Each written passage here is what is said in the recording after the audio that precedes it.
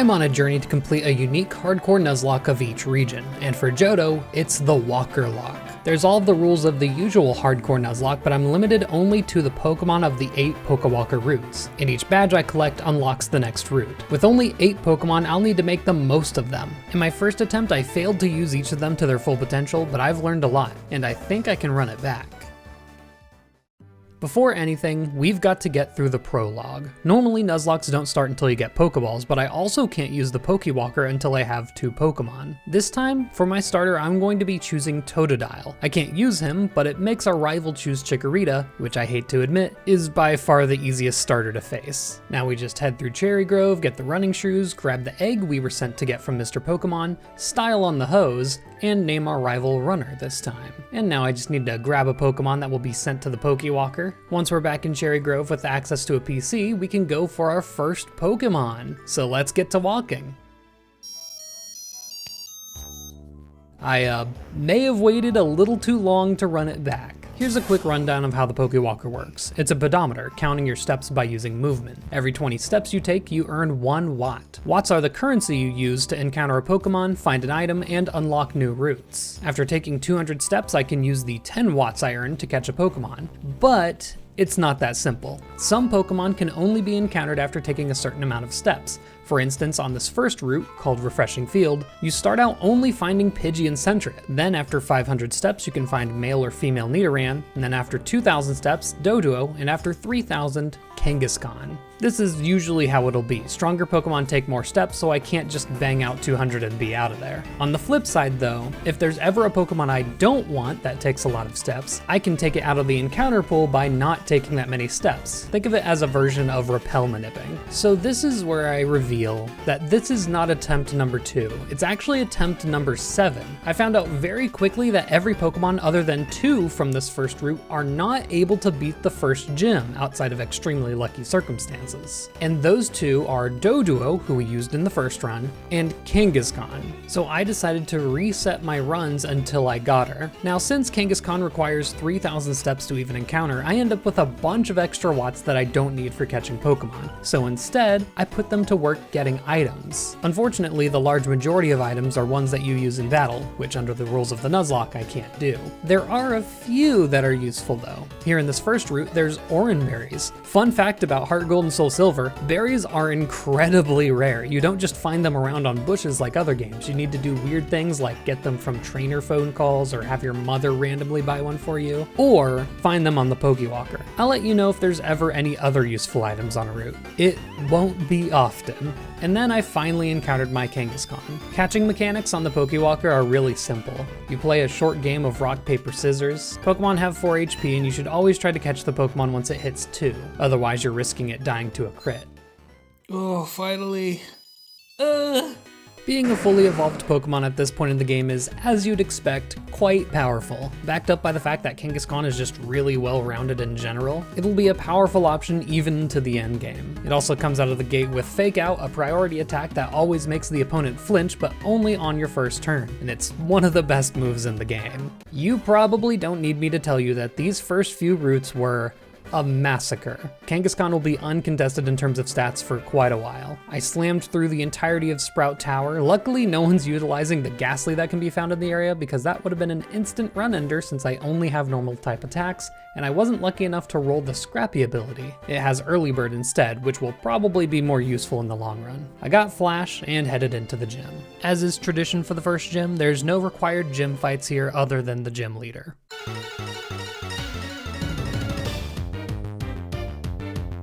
Falkner's lead, Pidgey, doesn't even survive the Fake Out. Pidgeotto's able to tank a few hits, but it just can't get through Kangaskhan's bulk and goes down in 3 hits. It's kinda crazy how all of my choices in this first route either get destroyed by Falkner or destroy in return. With our first badge, I'm allowed to go to the second Pokewalker route, the Noisy Forest. I actually took this opportunity to shovel my driveway while getting the steps. Just a little bit of multitasking. I'll outright say this is probably the least impactful Pokemon of all the routes, as a lot of them are pretty similar in function, and no matter what, Kangaskhan will be enough to carry these first few gyms. If anything, I think Wobbuffet would be able to get us out of some sticky situations. So that's what I'm hoping for most. And we get Bellsprout. I think the biggest benefit to Bellsprout is being able to fully evolve by Gym 4, at which point it's average in everything except its 2 above average attacking stats. Its moveset is pretty versatile too. It gets the powder move, swords dance, stockpile. There's a lot of ways I could take it, and I'm not sure which one I want to commit to. As we head out of Violet City, there's 2 things to grab. The Rock Smash HM given by this random guy. Probably not going to use this unless I have to, since the move deleter is all the way at the 8th gym. And the Miracle Seed, a nifty 20% damage increase to grass moves, and that's going on Bellsprout. On the way down to Azalea, with a bigger threat looming in the next gym, now's a good time to mention that the theme of this run is utilizing absolutely everything I can to get an advantage. Every TM, every held item, no matter from how obscure a source, I will consider. I think my main downfall in the previous run was tacking on little self-imposed rules to an already restrictive run. Some moves I didn't grab because I just thought they'd be too powerful. I didn't allow trade evolutions because why not? There were some times where I just thought an item wasn't worth the hassle of obtaining. No more.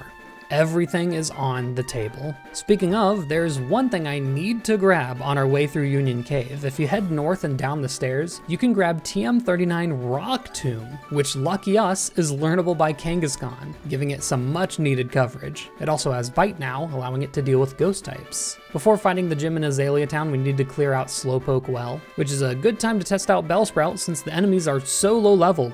Bellsprout probably won't get too much use in gyms for a bit, so she acts as a good experience sponge for these first few strict level caps. And with Slowpoke Well cleared, we can take on Gym 2. None of the gym trainers pose a threat at all. There's only one thing here I'm worried about: Bugsy. Unlike all other gym leaders, Bugsy leads with his ace, a technician-boosted Scyther. This is already a monster that could rival Kangaskhan. U-turn 3-shots me, so if I get unlucky with Rock Tomb accuracy, that could be it. I take a Leer, and the Rock Tomb hits on the first try. And that's a one-hit knockout. I know that seemed like no big deal. I'm still sitting here at full HP, but that could have spiraled out of control easily. If Scyther U-turned out into Kakuna, then I get poisoned, like what happened here. That's probably a reset, and Bellsprout has pretty much nothing to contribute to this fight other than maybe sponging a few hits from Metapod or Kakuna and putting them to sleep. But I'm glad I didn't have to steer. With Gym 2 down, we've earned our 3rd Pokemon on Rugged Road. Everything here is equally as common, and now that I'm allowing trade evolutions, a lot of these could be great. Although it is worth mentioning that with Magby, I wouldn't be allowed to evolve it into Magmortar since you only get the Magmarizer in the post-game. I end up with Ponyta. Okay, so this one's going to be a little weird. Immediately, Ponyta is pretty great with high speed and attack, but it's gonna fall off quick because it doesn't evolve until level 40. That's the last gym. It also comes with Flash Fire, giving us a free switch in on any fire type attacks, and let's look at a list of all of the boss Pokemon that have one. Nice. That probably won't be used too much. Regardless, having a fire type is huge for coverage in this game, so I'll take it. We've got a rival battle to get out of Azalea Town, and I hate to say it, but Kangaskhan just mogs his whole team still.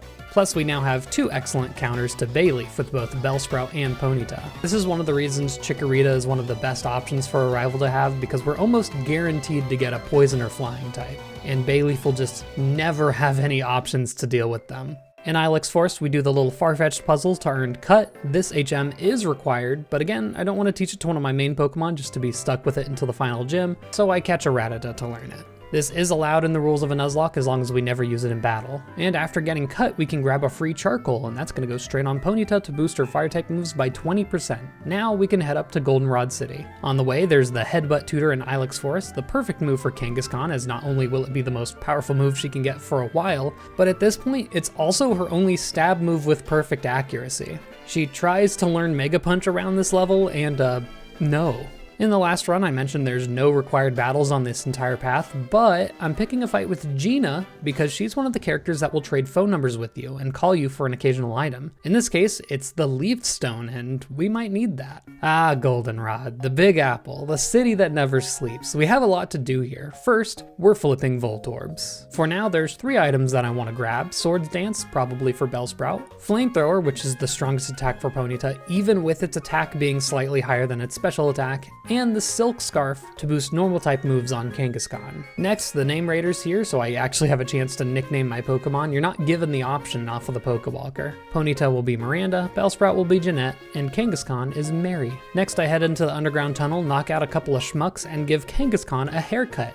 Type shit. This was to raise its friendship so that I could hopefully grab Return from the department store, which is only available on Sundays, of course. But we're not there yet. This will eventually be the strongest option for Kangaskhan, so I'll keep coming back to check. And last, we grab the radio chip from the radio tower, which is required to enter the next gym. Last time, Whitney's gym was scary. This time, I have a weapon of war.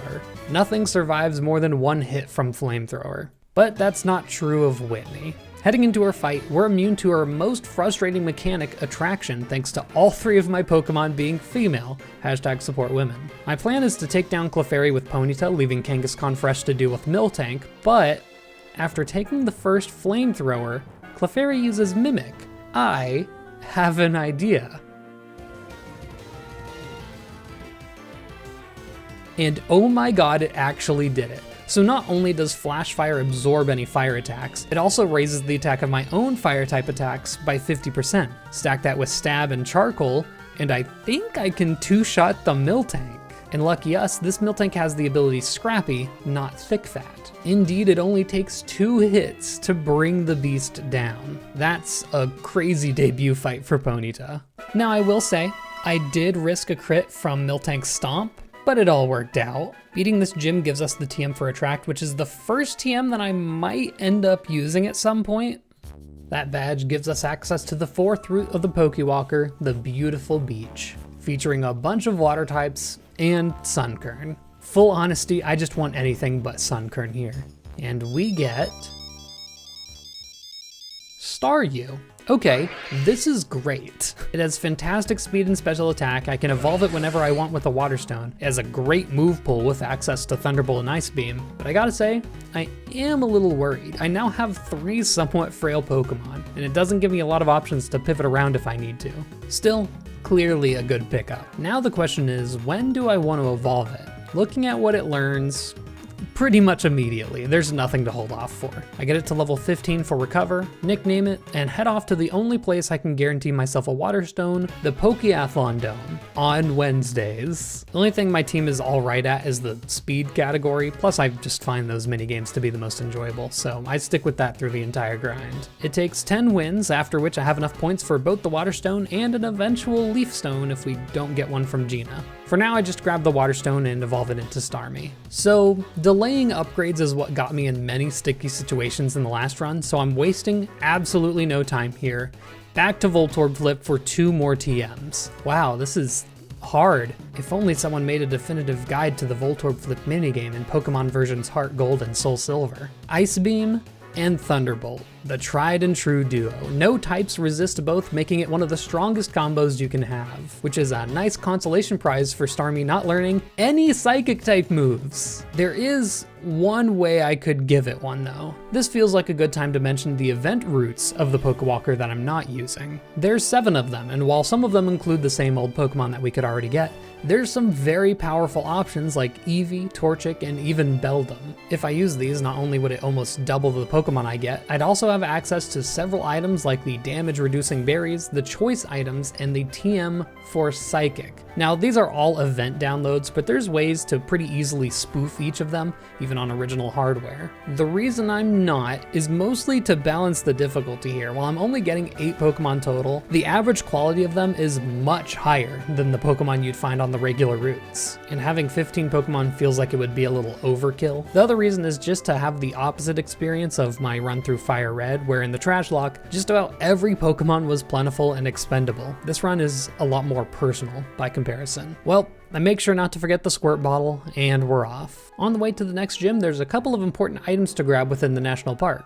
There's the Quick Claw, the Dig TM, and most importantly, the Soothe Bell. That's going on Kangaskhan, as I'd like to get her to high friendship as soon as possible. In preparation for the Sudowoodo battle, which is actually surprisingly difficult, I level up Bellsprout a bit to get our first level up evolution, Weepinbell. Now I could evolve it right now for a pretty strong stat pool, but that would limit Victorbell's already pretty limited offensive move pool, so I'll hold off for now. With Weepinbell's help, we can take care of the Sudowoodo, dominate the only double battle we'll be doing in the entire playthrough, and we're in Ecruteak. Before we take on the gym, we have a rival battle in the Burned Tower. Runner starts with a Ghastly, giving us a sneak peek at the upcoming gym battle. Get used to that. Next is Bayleaf, with its only attacking move being Grass. It's still completely unable to deal damage to half of our team. It goes down in one turn thanks to a lucky burn from Flamethrower. Magnemite is only an issue if it gets a turn to set up its Parafusion. Another Flamethrower takes care of it. And last is Zubat, which is a Zubat.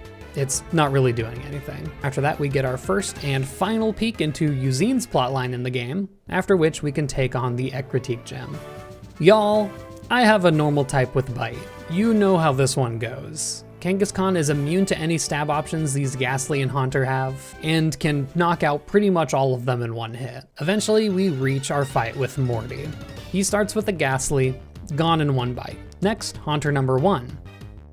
One bite. Then he prematurely brings out his ace Gengar, which famously can only damage normal types with the physical, non-stab Sucker Punch. And even if it was able to hit this Hypnosis it missed, we have Early Bird to wake us up quick. Kangaskhan just happens to be the perfect counter for this entire gym. And last up is Haunter number 2, which is again gone in a single bite. We get the TM for Shadow Ball from that, which I only mentioned because it could be a good option for a lot of the Pokemon we have available coming up, but we'll just have to wait and see. The Tough Fought win earns us yet another Pokemon, this time from the suburban area. There's a lot of stinkers to avoid here. Rattata and Hoot Hoot just aren't that good. Murkrow could be good if we actually had access to the Dust Stone to evolve it before the post game, but for the other half of the pool, all incredibly good options, and luckily Magnemite's the most common Pokemon here. And we end up getting Magnemite. This is huge. Electric and Steel is just a great defensive type, and paired with a crazy 120 special attack,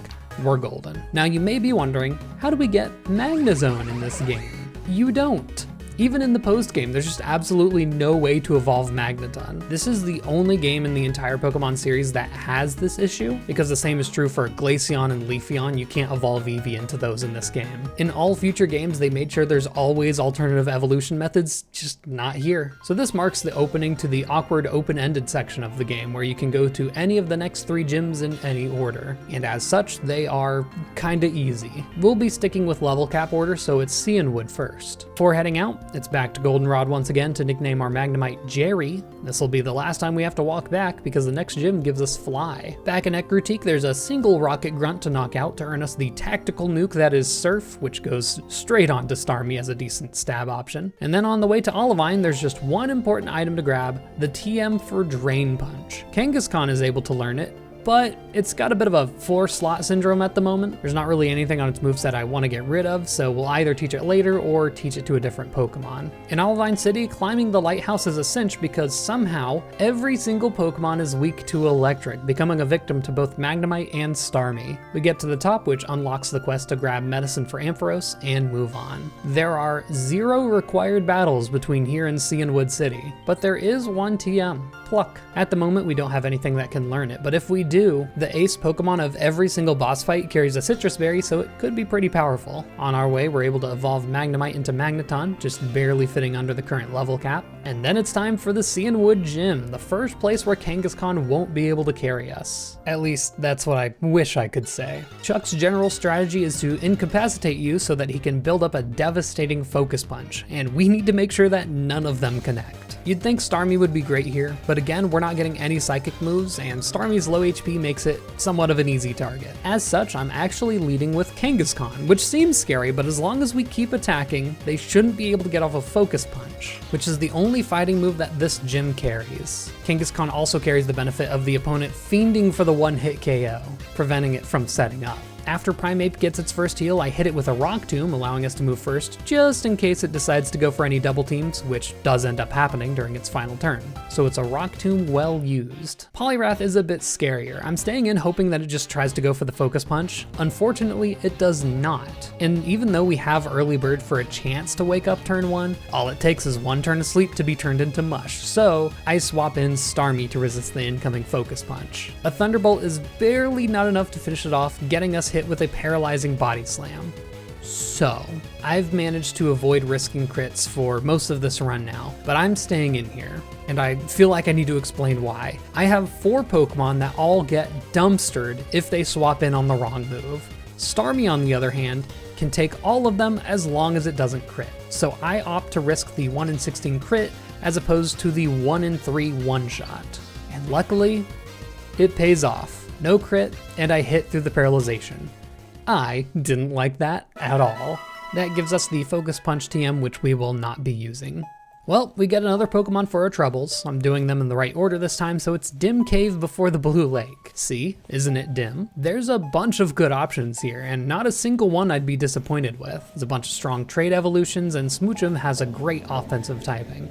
Today's Pokemon is Zubat. Now hold on, Zubat is one of the most slept on Pokemon in history just because it's so common, but it has a great defensive typing with 1 immunity and 2 4x resists. Super easy to pivot with. It outspeeds everything we could possibly encounter in the game that's not named Electrode, and it no longer has a stinky poo-poo learn set like in games past. But that's not it for this route, because that's right, there's actually an item useful to us. You can get citrus berries here, which as of Generation 4 heals 25% of the Pokemon's max HP when eaten, which is a lot for bulky Pokemon. Not only that, but it's also the most common item in Dim Cave, so I can grind it out in no time. This will pretty much be the item I use if I have no other useful held items. Our new level cap of 34 is more than enough for Zubat to evolve into Golbat, but for the next evolution we need High Friendship, so for now I'm transferring the Soothe Bell from Kangaskhan over to it. And also, what a great time to get the Fly HM. And I almost forgot we have to grab the medicine before leaving. First, I'm heading back to Goldenrod to nickname Golbat. I know it feels like a bit much to show this every time, but it's the standard rule of Nuzlocke, and seeing how I only get 8 Pokemon, it feels important.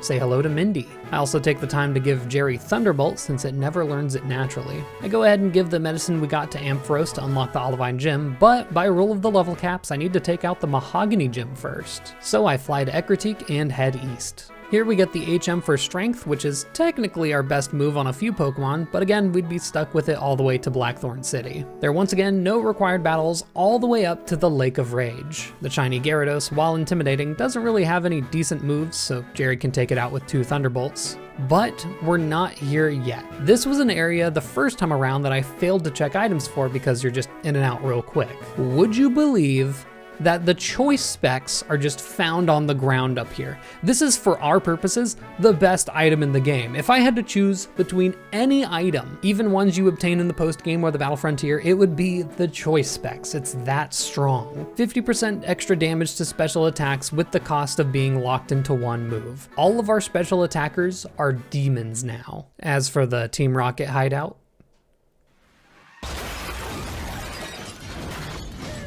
for real though, just like most Team Rocket sections in this game, they're hilariously underleveled, especially when you get the Pokemon equivalent of a nuke for the mixed battle at the end. I use Golbat for pretty much all of the battles. She resists a lot of the Pokemon that Team Rocket uses, and it's a solid opportunity to gain a lot of friendship. The mixed battle you have paired up with Lance against one of the executives and a random grunt goes pretty much exactly how you'd expect. The Dragonite absolutely tears everyone to shreds. Last time I was a little stressed fighting the Electrode here, but as it turns out, they don't have an explosion move. With that, we can finally take on the gym. All battles in the gym itself are covered by Starmie, who can almost always hit with super effective damage with the combo of Thunderbolt and Surf. Then it's time to fight Pryce. To start, I'm leading with Magneton. Either Magneton or Starmie could have one-shot this seal, but I wanted Magneton specifically to bait in Piloswine. This way, I can then swap to Golbat while baiting a Mud Bomb, so it won't connect, and that guarantees an Ice move so that I can then swap to Starmie, who's holding the choice specs,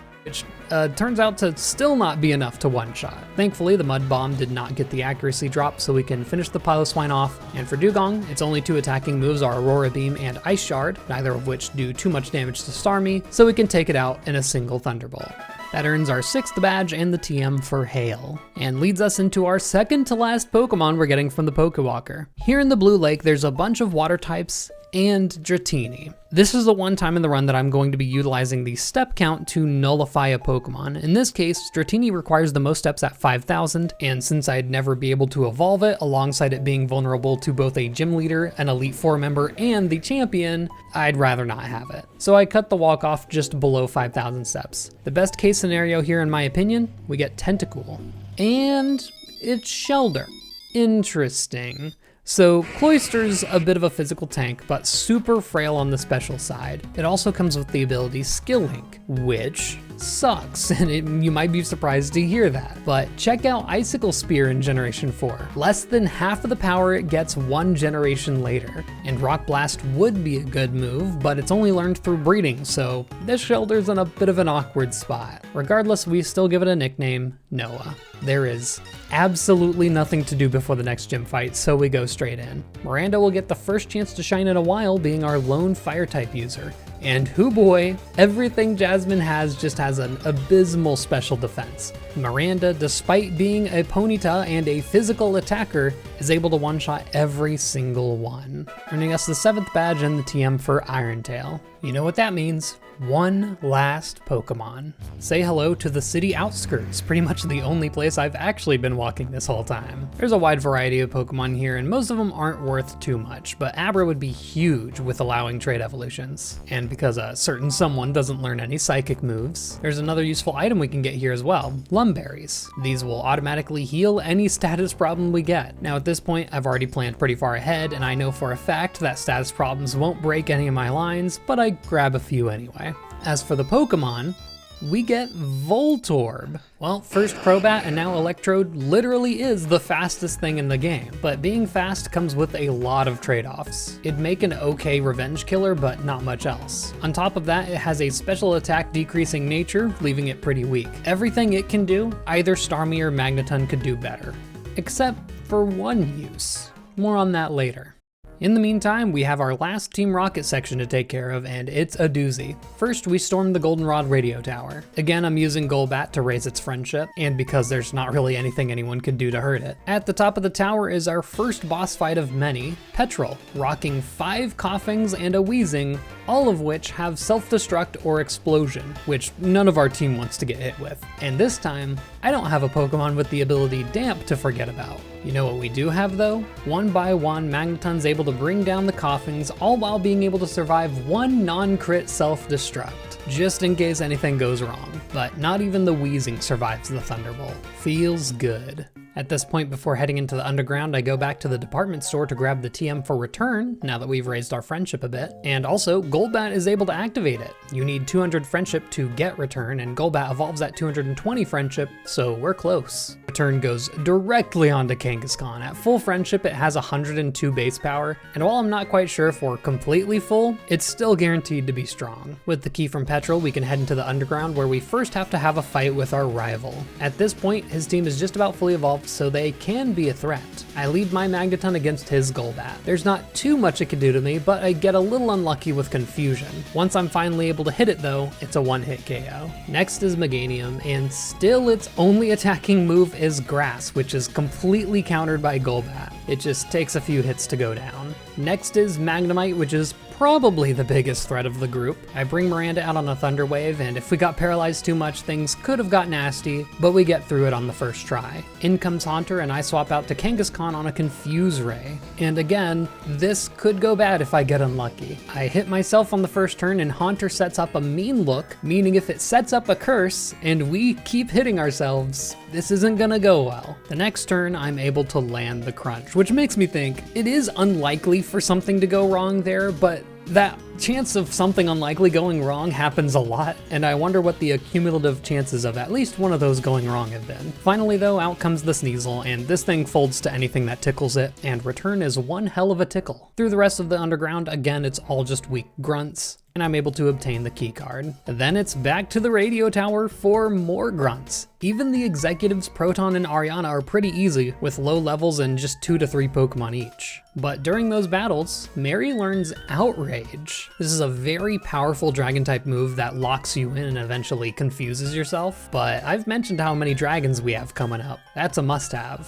Last, at the top of the radio tower, we have one final battle against Archer. Everyone here gets outsped and one-shot by Starmie with Choice Specs Surf. While it kind of feels like I've earned another Pokemon after all that, we're all out of routes, so it's straight on to Blackthorn. And while there's no required battles, I did run into the Psychic right at the front of Route 44, and that was just enough to level up my Golbat and finally evolve it. And Crobat, if you've never used one before, is quite the beast. I've decided Croconaw gonna be my HM user going forward, with it being able to hold Strength, Rock Smash, and the 57 Water-type HMs they have in this game.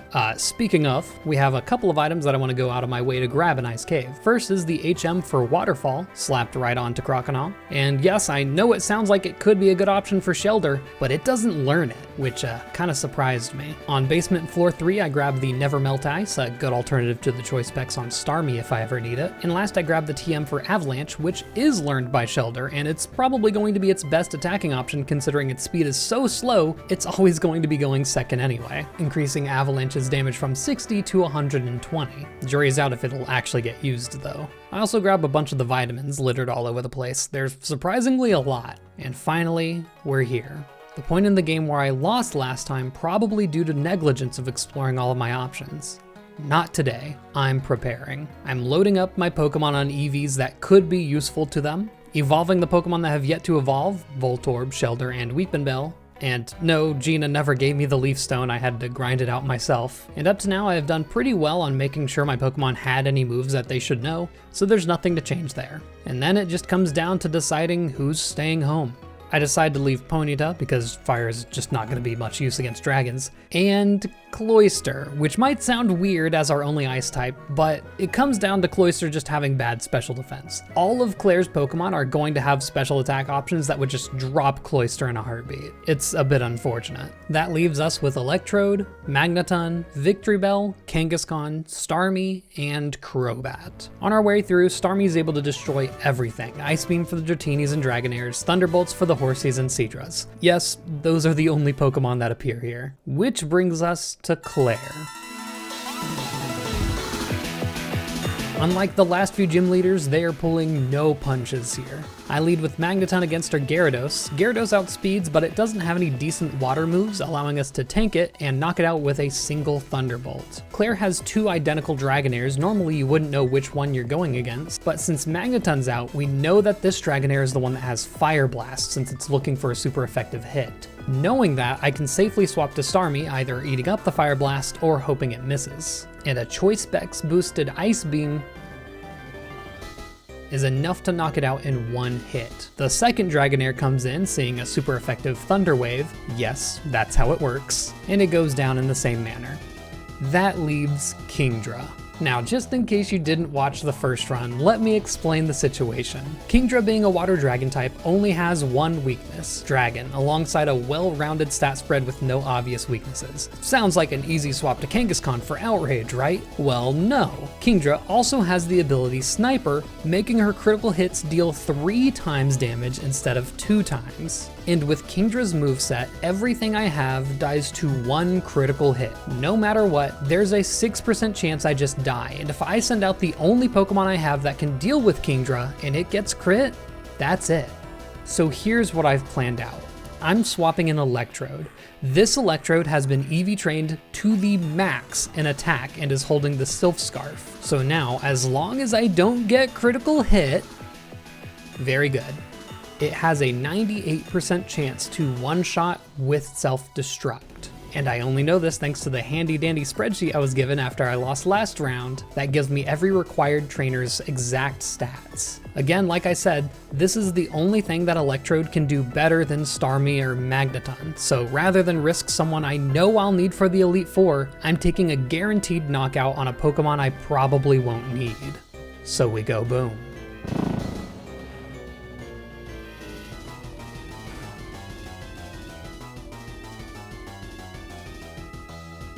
And there it is. That's what many people would call the biggest threat in the game out of the way. That doesn't mean we're done though, we still have the Elite Four. Before we actually get our badge, we have a little test in the Dragon's Den. I grabbed the Dragon Claw while we're here. It's a 20% boost to Dragon type moves that may be useful for Kangaskhan's Outrage at some point. And after a short quiz, we get our badge alongside the TM for Dragon Pulse, which unfortunately no one can learn. Now, believe it or not, there's not a single useful item worth going out of our way for on Route 45, 46, or Dark Cave. So now we need to head to a part of the game that's only required in the remakes and is actually surprisingly dangerous. Before that though, we have our final evolution, Ponyta into Rapidash. Back in Ekrutik City, we have a gauntlet of battles against each of the Kimono girls, and they're yoked. What makes the gauntlet so hard is that you can't swap Pokemon positions between battles, so whatever's in the lead either needs to beat the evolution you're going against, or you just need to lose a turn swapping. My choice to lead, probably unsurprisingly, is the Choice Spect Starmie. Not for this first Umbreon though, that's a job for Jerry who can tank most of what it dishes out. Pre-Generation 6 Steel types were built different. Unfortunately, with the first Thunderbolt, I paralyze it, which activates its ability Synchronize, paralyzing me back. Because unfortunately for me, electric types before Generation 6 were also built different. And after a Confuse Ray, I just gotta get out of there. So now it's Mary's job to finish it out. I kinda wanted to keep Kangaskhan fresh as an emergency swap later on, but oh well. Next up is Espeon, which isn't too bad. Psychic is resisted, so Starmie can just send 2 Surfs and knock it out. Next up is Flareon. Sorry bud, you're the GOAT, but just not in this matchup. Next is Jolteon, which is one of the few Pokemon that outspeeds Starmie, so we gotta switch. Victory Bell's getting its first chance to shine by resisting electric moves. Unfortunately, its moveset isn't really that good yet, so her one job is just to deal a little bit of damage so that Magneton can come in and get a little more damage with the 100% accurate Magnet Bomb to counter Jolteon's double teams it's been setting up. But I didn't realize that a Thunderbolt hit so hard. That could have gone nasty if it crit. Finally, Mary can come in to clean up. That was the worst of it. Last is Vaporeon, which Starmie can deal with by using Thunderbolts. This series of fights allows us to, first of all, go through one of my favorite areas in all of Pokemon, the Bellchime Trail. Fun fact, this area came back once in Ultra Sun and Moon, only if you transferred a Pokemon all the way from HeartGold or Soul Silver to use in the photo mode. As for the Bell Tower itself, there's not much here. No battles, no items of note other than a few vitamins, just a long path up to the top. And don't worry, I checked the Whirlpool Islands, which is where I'd be going if this was Soul Silver, and it's a bunch of the same. Once we reach the top,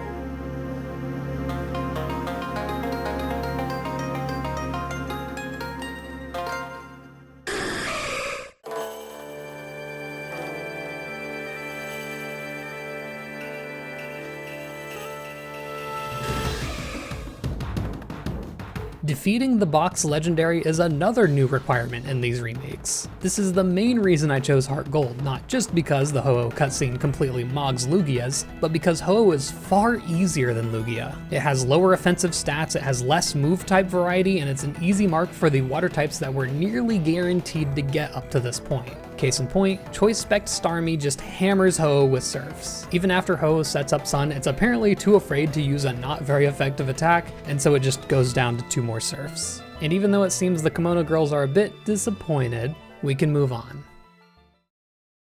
By surfing to the right of New Barktown, we enter Kanto and the path to the Elite Four. Beating the final gym gave us the ability to use Waterfall and cross Tojo Falls. From here on out, the regular trainers have hands. Almost all Pokemon are fully evolved and at a somewhat competitive level, so I avoid as many battles as I can, and for the ones that I can't, I plan for as if they're just as much of a threat as a regular gym leader. Mind you, they're not, but I've just come so far. With proper counters ready to come out at the beginning of each battle, nothing's able to blindside me. And then we enter Victory Road. If you haven't experienced HeartGold and Soul Silver's Victory Road in a while, it's really chill. There's no trainers, no infuriating dark rooms you need to flash for, just a few floors of strength puzzles. And of course I'm blocking all the wild Pokemon with repels because I have no use for them. There's 2 items I want to grab here. The TM for Dark Pulse, which is a little niche, but you never know. Not as niche as Earthquake though. I don't need this immediately, but in the case that I lose some Pokemon, it could work as a good backup on Kangaskhan. If we want to exit, we have one final rival fight, and I won't lie,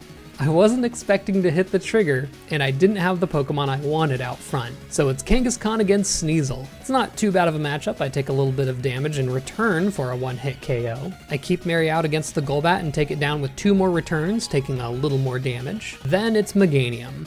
Y'all, Petal Dance is still its only damage-dealing move. Mindy comes out and absolutely eats up any and all damage. Before knocking it out, I swap to Miranda, half because I want to delay until the Reflect wears out, but also because I need Miranda in once Magneton comes out. The next Pokemon is Haunter, who goes down in 1 turn to a Flamethrower thanks to the damage from its own curse, and unlucky for me, it's Kadabra that comes out next. I'm forced to swap from the curse damage. Kadabra goes down to a Crunch no problem, but what worries me is Magneton. I wanted it dead turn 1 because if it starts setting up Thunder Wave and Supersonic, things can go south quickly, as I've mentioned many times before. I take the swap to Rapidash. Luckily it misses the Supersonic, so I can wrap things up with a Flamethrower. We exit Victory Road with just 1 challenge left, but first, some prep. Up to now, I've really struggled with committing to a moveset for Victory Bell because it'd be really hard to change it around if I needed to, but now I have nothing to lose, and in a beautiful coincidence, Victory Bell learns Leaf Blade and Leaf Storm exactly at level 47, which is our final level cap. Both of those moves are going to be its best stab moves by far. Heading into the Radio Tower after chasing out Team Rocket, we can grab Sunny Day from this girl on the 3rd floor. The last 2 moves on Victory Bell will be that Sunny Day TM and the Swords Dance TM that we got all the way back on our first visit to Goldenrod City. And before you say it, yes, Victory Bell does get growth, but in Generation 4, growth is not buffed in the sun, so there's no reason to run it over Swords Dance. And that's it for preparations. All Pokemon that don't explicitly benefit from one of the items we have are given a Citrus Berry. Starmie has the Choice Specs, Rapidash has the Charcoal, and Victory Bell has the Miracle Seed. And again, I'm sad to say it, but Cloyster is the only Pokemon staying in the box. There's just too many special attackers ahead, and Cloyster would be just about impossible to switch in and live, much less deal good damage with its sabotaged moveset in this game. Let's head on in. There's a bit of an advantage we have going in here. The common agreed upon level for the Elite Fours of most games is the highest level of the 4th fight. So for the first 3 fights, we'll have higher levels than our opponents, with the trade-off of having lower levels than the champion. First up is Will, the Psychic type user. Take a shot because I'm leading with Choice Specs Starmie to blast it down with an Ice Beam. The second Xatu comes in because it has a super effective Ominous Wind. It also goes down in 1 Ice Beam. I chose to use Ice Beam over Thunderbolt because third up is Exeggutor, because it thinks it has a type advantage despite not having any grass type moves. Doesn't matter though, because once again, Ice Beam knocks it out in 1. Now Jinx here can actually take some hits, so we swap out to Kangaskhan. Jinx starts with a lovely kiss, but thanks to Early Bird, I know we only have maximum 1 turn asleep. During that time, Jinx is able to get off a Psychic, but it goes down the next turn to Crunch. The last Pokemon he has is Slowbro, which has the weirdest moveset. It has Curse and Amnesia to boost both of its defenses and its physical attack, but it has no physical attacks to make use of that raised attack. So while it takes a really long time to crunch it down, it's not able to do any meaningful damage in return. That's 1 Elite Four member down. The next fight is Koga, the Poison type user. This time I lead with Crobat against Koga's Ariados. The nice thing about using Fly in this game is that it could be easily countered, but NPCs in this game really dislike swapping out, so it's able to come down on Ariados for a 1-hit kill. Venomoth then comes out looking for a super effective Psychic. Once again, it's taken out by Fly. Then comes Forretress. This has Explosion and will kill almost anything it hits. Instead of potentially tanking it with Magneton, I swap to Rapidash, only risking a turn 1 boom. Pokemon at full HP are the least likely to use an exploding attack, but it's always possible. Lucky us, we get a Swift, and I'm able to knock it out with Flamethrower.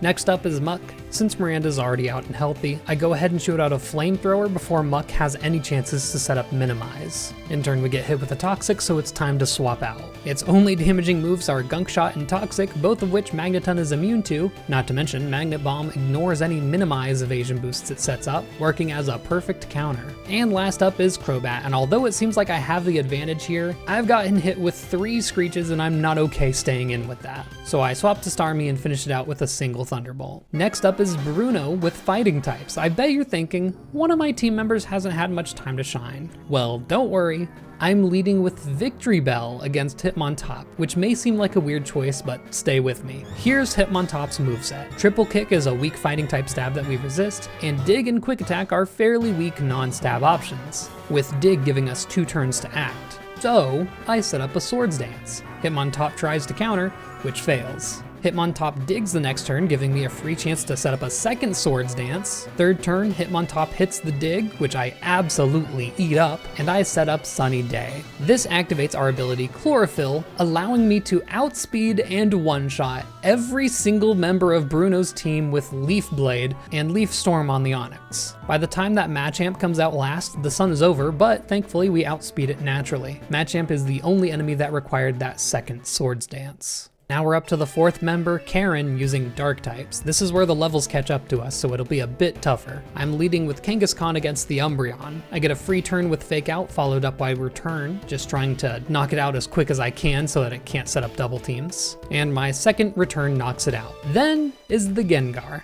And you gotta think, why did that come out? Well, it's rocking Focus Blast. Crobat's 4 times resistance makes it so Gengar isn't able to do much of anything to us, and we can slowly wear it down. I do need to be a little careful of clicking Fly here, because Gengar has Destiny Bond, and if it uses it while I'm in the air about to deal the final blow, that'd be not good. Eventually I'm able to finish it off with a mix of Air Slashes and Flies. Then Houndoom, her ace, comes out. I swap to Rapidash, hoping to eat up a Flamethrower, or at least a non-crit Dark Pulse or Crunch, but it uses Nasty Plot. And bad news, no one on my team eats a double damage Dark Pulse and lives to tell the tale. Even Magneton just gets outsped and dies to Flamethrower the next turn. So right now, I'm picking who dies. My first non-planned death is going to Miranda. You did good. That gives me a free pivot to Starmie, who can outspeed and one-shot with a Choice Specs boosted Surf. The rest is downhill. Vileplume here is looking a lot like a Meganium, with its only good attacking move being Petal Dance, and you know what we do to Meganiums in these parts. I'm even able to use Roost to make sure I'm going into the last Pokemon completely fresh, which is Murkrow. Who is a Murkrow?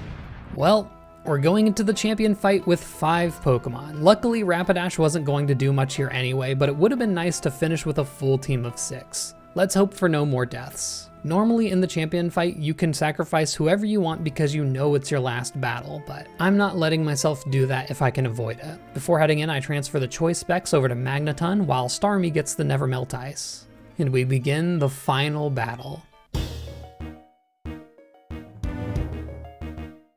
I'm leading Starmie against the Gyarados. One Thunderbolt isn't enough to finish, but thanks to us resisting the rest of Gyarados' attacks, it chooses to use Dragon Pulse, and a special attacker Gyarados is not. At turn wastes one of Lance's healing items, and we can finish it with another 2 Thunderbolts without it getting a chance to attack.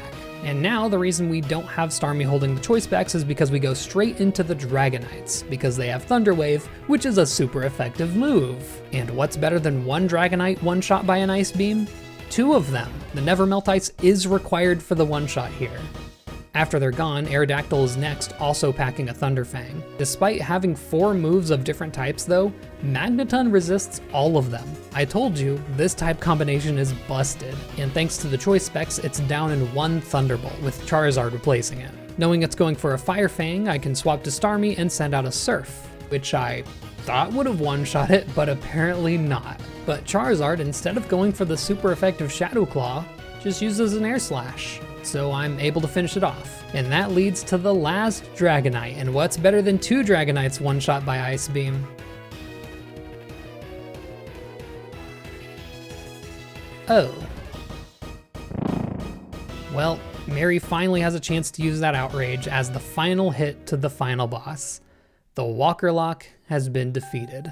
If there was a lesson to be learned from this playthrough, it's just making use of any and all options. The one item we found sitting on the ground north of the Lake of Rage probably made all of the difference. And that's a lesson I'll try to keep in mind for future runs. Before we head out, I do want to say that I'm so happy that I got to make a run out of what is to this day still my favorite game peripheral ever released. The Pokewalker walked so that Pokemon Go could run. And now I can write it off on my taxes. What a wonderful world. As for what's next, with Johto done, we're moving on to Hoenn. The game will be Emerald, but I'm just not sure of what the specific challenge will be yet. The most defining feature of Generation 3 for me has been how widely ROM-hacked they are, but I also don't want to change the experience too much from vanilla. I'm definitely open to suggestions if you have them. I hope you look forward to it regardless. Thank you for watching, and see you on the next one.